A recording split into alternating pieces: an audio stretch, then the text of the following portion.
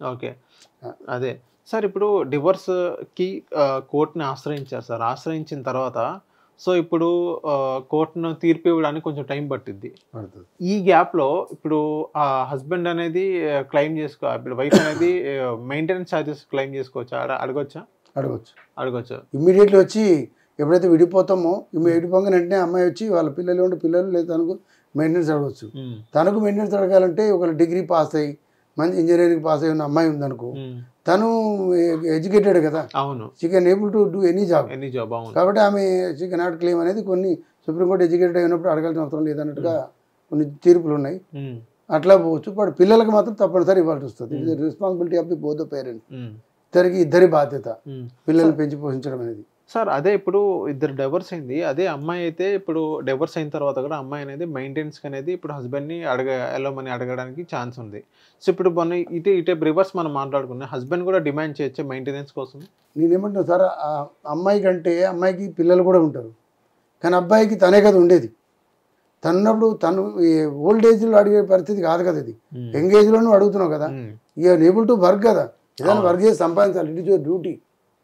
అవును. Bound to maintain your children and family అనేది మన చట్టం కదా. హ్మ్. బౌండ్ టు మెయింటైన్ అన్నప్పుడు మెయింటైన్ చేయాల్సిన బాధ్యత నీకు ఉన్నప్పుడు నువ్వు అడిగే స్టేజ్లో ఎక్కడ ఉంటావు? నువ్వేం ఇంట్లో పడుకో నాకు మెయింటెనెన్స్ కావాలంటే ఇయ్యరు కదా.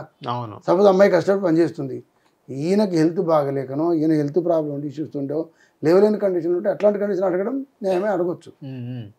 కానీ మోస్ట్ ఆఫ్ దెమ్ ఆ పరిస్థితి ఎవరికి ఉండదు. ఓకే. ఎందుకంటే మేల్ సైడ్ ఉండదు. వాళ్ళు వర్క్ చేసే కండిషన్ ఉంటారు. హ్మ్.